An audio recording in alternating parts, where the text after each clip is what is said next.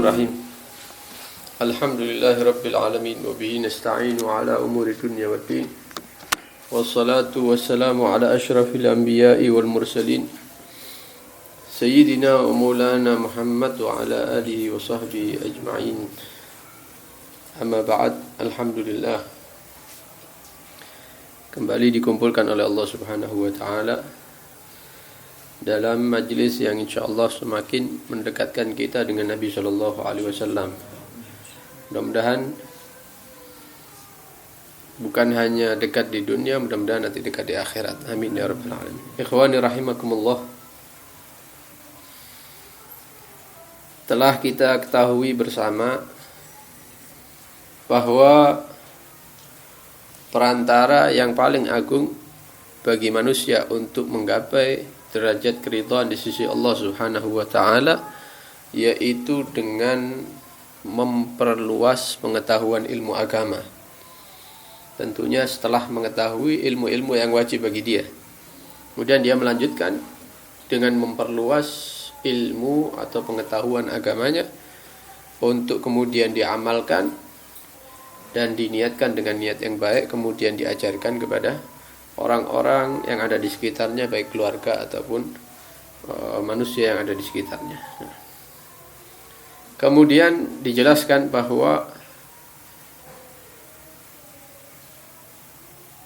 manusia ini memiliki kedudukan di sisi Allah Subhanahu wa taala dengan kedudukan yang berbeda-beda. Adapun kedudukan yang tertinggi yaitu dimiliki oleh Nabi kita Muhammad sallallahu alaihi wasallam. Kemudian nabi-nabi yang terkumpul dalam kelompok ulul azmi. Setelah itu nabi-nabi yang lainnya. Maka derajat yang paling dekat dengan Allah Subhanahu wa taala yaitu martabatun nubuwah. Derajat kenabian. Kemudian jami'u maratibil mu'minin anzal minha. Semua daripada derajat atau kedudukan orang-orang yang beriman itu di bawah daripada kedudukan kenabian. Tentu kita mengetahui bahwa derajat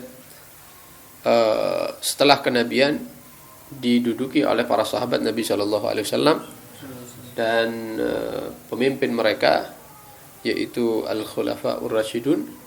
Kemudian sahabat-sahabat yang lain, Sayyidina Abu Bakar, Sayyidina Umar, Sayyidina Uthman, dan Sayyidina Ali. Baru setelah itu kedudukan sahabat-sahabat Nabi yang lain. Sehingga dijelaskan, fa innal ulama al-amilina humul wasithah baina Rasulullah sallallahu alaihi wasallam wa bainal muslimin. Setelah derajat ini semua, derajat kenabian, maka derajat yang dekat dengan kenabian yaitu derajat para ulama. Derajat orang-orang yang memiliki ilmu agama, yang memiliki wawasan ilmu agama. Kenapa? Karena sesungguhnya al-ulama, ulama di sini yang dimaksud yaitu ulama-ulama, orang-orang yang berilmu yang mengamalkan ilmu, bukan sekedar mengumpulkan ilmu, bukan sekedar pintar aja, bukan sekedar hafal, bukan, tapi mengamalkan ilmunya. Ulama-ulama, orang-orang yang alim yang mengamalkan ilmunya, mereka lah wasithah, perantara antara kaum muslimin untuk mengenal Nabi Muhammad sallallahu alaihi wasallam. Perantara antara kaum muslimin dan nabinya Nabi Muhammad sallallahu alaihi wasallam. Maka ini adalah derajat yang sangat agung. Derajat orang alim ini, derajat orang yang berilmu ini adalah derajat yang sangat agung sehingga Allah Subhanahu wa taala berfirman menjelaskan tentang fadl ahli ilm, menjelaskan tentang keutamaan ahli ilmu, orang-orang yang memiliki ilmu agama, wawasan ilmu agama. Allah berfirman, syahidallahu annahu la ilaha illa huwa wal malaikatu wa ulul ilmi qa'iman bil qist. Di dalam surat Al-Imran Allah berfirman mengatakan syahidallahu, bersaksi itu Allah. Allah bersaksi annahu la ilaha illahu, bahwa tiada Tuhan kecuali Dia. Allah sendiri bersaksi. Kemudian wal malaikatu, yang kedua yang bersaksi bahwa tidak ada Tuhan selain Dia Allah, yaitu para malaikat. Setelahnya wa ulul ilmi, dan orang-orang yang memiliki ilmu pengetahuan, ilmu agama. Maka perhatikan ayat ini. Bagaimana Allah Subhanahu wa taala menyebutkan para ulama, orang-orang yang memiliki wawasan ilmu agama, disebutkan bersamaan dengan penyebutan para malaikat-malaikat Allah di dalam persaksian, di dalam menyaksikan atas ketauhidan Allah, keesaan Allah Subhanahu wa taala. Dan di ayat tersebut diakhiri dengan gaiman bil qisti, yang mereka itu disifatkan para ulama ini, mereka qiyam melaksanakan ajaran agama ini bil qisti, dengan sifat keadilan, adil, menempatkan segala sesuatu pada tempatnya. Di ayat yang lain Allah Subhanahu wa taala berfirman, "Qul hal yastawil ladzina ya'lamuna wal ladzina la ya'lamun." Katakan wahai Muhammad, hal yastawi, apakah sama alladzina ya'lamuna, orang-orang yang mengetahui ilmu, wal ladzina la ya'lamun, dengan orang-orang yang tidak mengetahui ilmu. Apakah sama mereka itu derajatnya? Artinya di sini ayat ini mengatakan la yastawun, tidak akan mungkin sama derajatnya orang yang berilmu dengan orang yang tidak berilmu. Di dunia tidak sama, apalagi di akhirat lebih lagi. Ya, di dunia sudah tidak sama, apalagi nanti di akhirat. Buktinya Allah Subhanahu wa taala lebih memberikan kehormatan, ya, keutamaan bagi orang-orang yang berilmu ketimbang orang-orang secara umum, ya, orang-orang muslim secara umum. Kita bisa saksikan, ya, di dunia ini antara orang-orang yang berilmu dengan orang yang tidak berilmu. Guru-guru kita misalnya, ya, para habaib kita, para kiai kita, bagaimana kehidupan mereka? Terhormat kehidupannya. Kenapa? Karena diangkat derajatnya oleh Allah Subhanahu wa taala. Mungkin bahkan orang-orang yang memiliki jabatan yang tinggi, mungkin mereka itu tidak lebih dihormati daripada para ulama kita. Ulama kita justru lebih dihormati ketimbang pemimpin-pemimpin kita. Kenapa? Karena mereka memiliki ilmu agama.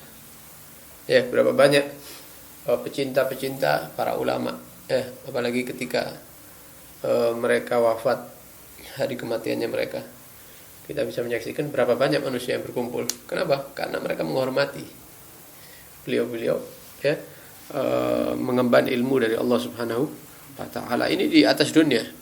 Bagaimana ketika misalnya ada acara-acara tahunan, acara-acara besar di kota kita atau di kota-kota lain, siapa mereka yang akan dipersilahkan duduk di depan? Gak mungkin orang awam. Justru orang awam akan dibatasi. Kasih batas ini untuk jamaah yang hadir, batasannya sampai sini. Ketika yang datang para ulama dipersilahkan sampai ke dalam. Ini sudah beda perlakuannya di dunia, sudah beda, apalagi nanti di akhirat. Lebih daripada itu. Wa qala ta'ala, dan Allah berfirman di dalam surah Al-Mujadalah, yarfa'illahu alladhina amanu minkum walladhina utul ilma darajat. Allah itu mengangkat derajat orang-orang yang beriman, minkum, di antara kalian, walladzina utul ilma darajat. Adapun orang-orang yang memiliki ilmu agama, wawasan, pengetahuan ilmu agama, maka bukan diangkat satu derajat, tapi darajat, dengan derajat yang banyak. Orang yang beriman ini diangkat derajatnya sama Allah, tapi di antara mereka ada yang punya ilmu, itu lebih lagi diangkatnya, lebih tinggi lagi. Artinya lebih tinggi daripada derajatnya orang-orang yang beriman, tapi mereka ilmunya sedikit. Ya, ilmunya sedikit. Nah, ini kalau kita bahas tentang ayat-ayat yang menjelaskan tentang keutamaan orang-orang yang ahli ilm, ya, ahli ilmu, maka ini agak panjang. Kita lanjutkan dengan hadis Nabi sallallahu alaihi wasallam. Qala alaihi salatu wassalam, bersabda Nabi sallallahu alaihi wasallam, al-ulama'u warathatul anbiya. Ulama-ulama, orang-orang ahli ilmu, mereka adalah pewaris para nabi. Li'annal anbiya lam yuwarithu dinaran wala dirhaman. Karena para nabi-nabi itu ketika mereka meninggal dunia, wafat, mereka tidak akan meninggalkan harta yang banyak kepada keluarganya, tidak mungkin. Ya, disediakan misalnya ATM yang penuh, tidak ada. Sebelum nabinya meninggal misalnya menimbun emas atau menimbun makanan, tidak ada. Tidak ada nabi yang mewariskan dinar, kepingan-kepingan emas ataupun dirham perak. Tidak ada. Wa innama warathu al-ilm. Akan tetapi para nabi-nabi Allah itu mewariskan ilmu. Ilmu-ilmu yang diwariskan. Al-hadis. Sehingga pernah kita ceritakan ketika sahabat Nabi yang bernama Abu Hurairah, ya, beliau itu sudah mulai merasa bahwa di masjidnya Nabi itu mulai berkurang orang-orang yang duduk untuk membahas tentang ilmu halal dan haram. Dulu ketika Nabi masih hidup banyak, ya, ketika Nabi sudah wafat, setelah Nabi wafat sekian tahun misalnya, mulai manusia ini berkurang, sedikit demi sedikit berkurang semangat di dalam mempelajari ilmu agama Allah. Ya, tapi sebagian daripada mereka mulai beralih ke dunia, ya, lebih memilih ke pasar. Akhirnya sahabat Abu Hurairah ini punya inisiatif, ya. Dia pergi ke pasar, kemudian mengumumkan, ya, "Hei, manusia," katanya, "cepat kalian ke masjid sekarang," katanya. "Cepat. Karena sekarang hari ini di masjid warisannya Nabi Shallallahu Alaihi Wasallam lagi dibagi. Kalau tidak ke sana tidak kebagian." Nah, warisan Nabi dibagi. Wah, tutup semua tokonya. Pasarnya ditutup, lari semua ke masjid. Masuk ke masjid, dilihat mana yang bagi ini, mungkin mau bagi emas atau bagi perak, ya. Cari. Ada orang-orang duduk, ada beberapa kelompok gitu di masjid, belajar tentang ilmu halal dan haram. Maka ditanya, katanya Abu Hurairah ada pembagian hartanya Nabi, mana? Ya, apa sudah selesai atau belum mulai atau gimana? Ramai penuh masjidnya langsung. Ya, maka Abu Hurairah datang. Wah, protes semua. Abu Hurairah, mana katanya mau bagi-bagi hartanya Nabi? Loh, ya sudah duduk ente. Duduk di masjid. Iya, mana hartanya Nabi? Ya, hartanya itu yang dibahas sama orang-orang itu, membahas tentang mana yang halal hukumnya, mana yang haram, mana yang boleh, mana yang dilarang. Nah, itu hartanya Nabi, peninggalannya Nabi itu dibagi. Kenapa ente sibuk di pasar? Ya. Maka Abu Hurairah mendatangkan atau membawakan hadis ini. Ya. Al ulama warasatul anbiya li'annal anbiya lam yuwarithu dinaran wala dirhaman wa innama warathu al-ilm. Jelaskan sama Abu Hurairah, diingatkan lagi, ya, Nabi itu tidak ada mewariskan emas dan perak, tidak ada. Yang diwariskan oleh Nabi ya ini yang ente lihat sekarang, ini ilmunya Nabi. Makanya ente harus ngambil bagian itu, ya, mengambil bagian daripada warisan Nabi Muhammad sallallahu alaihi wasallam. Hadis yang selanjutnya Nabi mengatakan la hasada illa fitnatain. Hasud itu, iri, itu sifat yang tidak bagus. Iri itu adalah sifat yang buruk. Tapi kalau iri kepada dua orang ini boleh. La hasada illa fitnatain. Tak boleh hasud itu kecuali hasud kepada dua model manusia ini. Siapa yang pertama? Rajulun atahullahul hikmah. Laki-laki yang Allah Subhanahu wa taala memberikan kepada dia al-hikmah. Ilmu-ilmu hikmah, ilmu-ilmu yang bermanfaat, ilmu-ilmu yang mendekatkan kepada Allah Subhanahu wa taala, fa huwa yaqdi biha.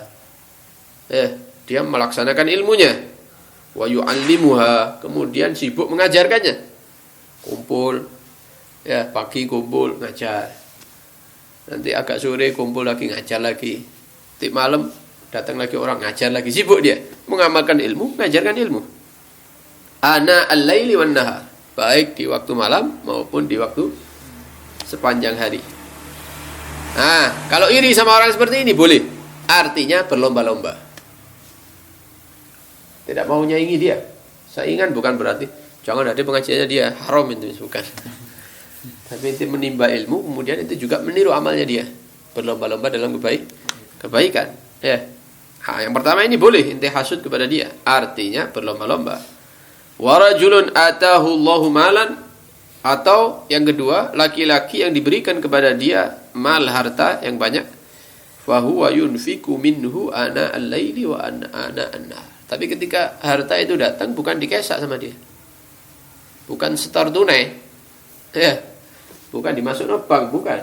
Tapi setiap datang hakada wa hakada terus. Nanti apa? Nanti mau zuat. Kasih. Butuh berapa? 10 juta cukup? Kasih 10 juta. Nanti mau apa? Modal kerja? Kasih 50 juta. Misalnya. Nanti apa? Ibunya ente sakit misalnya. Kasih ini buat biaya. Ente butuh apa? Sekolahnya anaknya ente. Kasih. Ente butuh apa? Anak mau bangun ini Ustaz, musola atau kasih. Terus itu. Ngalir uangnya. Ah, orang seperti ini ente hasud sama dia enggak apa-apa. Artinya kepingin seperti dia.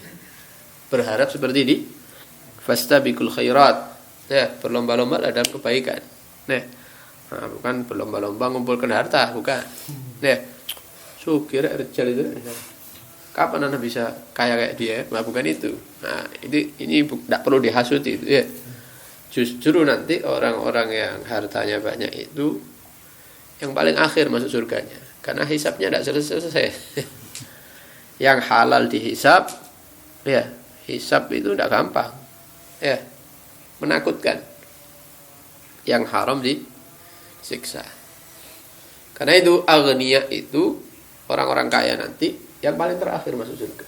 Yang masuk surga dulu orang-orang fakir. Yang dompetnya kayak 2.000 lah itu. Masuk surga sih. Ya jangan berharap di dompet 2.000 terus. Enggak ya. Ya kerja. Artinya milih kebahagiaan akhirat. Jadi orang-orang fakir itu nanti yang duluan masuk karena hisabnya mereka sebentar. Nah, pernah ada orang fakir ngomong kepada agnia ini orang-orang kaya kata. Nanti yang masuk surga itu kami dulu kata. Orang-orang fakir. Tidak apa-apa sekarang bangga sama hartanya ente, ya. Senang dengan hartanya ente. Iya, nanti di akhirat kami dulu masuk surga. Bangga dia. Ya. Artinya apa katanya orang-orang kaya? Iya, memang ente masuk duluan. Kenapa? Karena ente yang nyiapkan nanti sebelum kita datang sudah disapu surganya. Ente fukara yang nyapu surga, tempel yang bersih, nanti agnia orang-orang kaya datang sudah bersih. Ini guyonnya. Tidak ada surga dibersihkan, disapu ya. Ada itu masjid ya. Oh panjang ini. Nah, insya Allah nanti kita lanjutkan di pertemuan yang akan. Jadi makna hadis yang terakhir tadi, hasud itu yang dimaksud adalah al-ghibtah.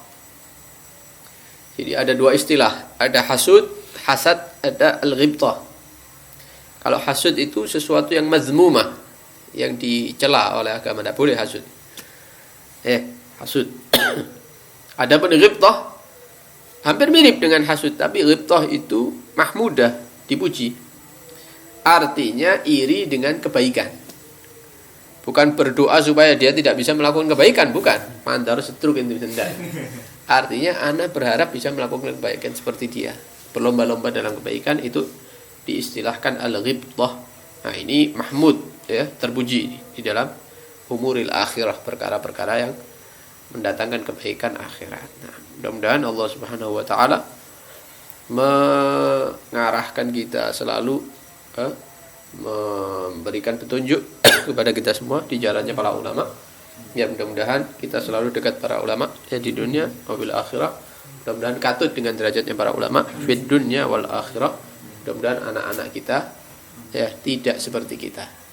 Ya, mudah-mudahan anak-anak kita jadikan orang-orang yang alim, ya orang-orang yang mengamalkan ilmu, orang-orang yang takut kepada Allah Subhanahu wa taala, orang-orang yang dimuliakan oleh Allah Subhanahu wa taala di dunia maupun di akhirat. Amin ya rabbal alamin. Wa sallallahu ala sayyidina Muhammad wa alihi wasallam. Walhamdulillahirabbil alamin. Wassalamualaikum warahmatullahi wabarakatuh.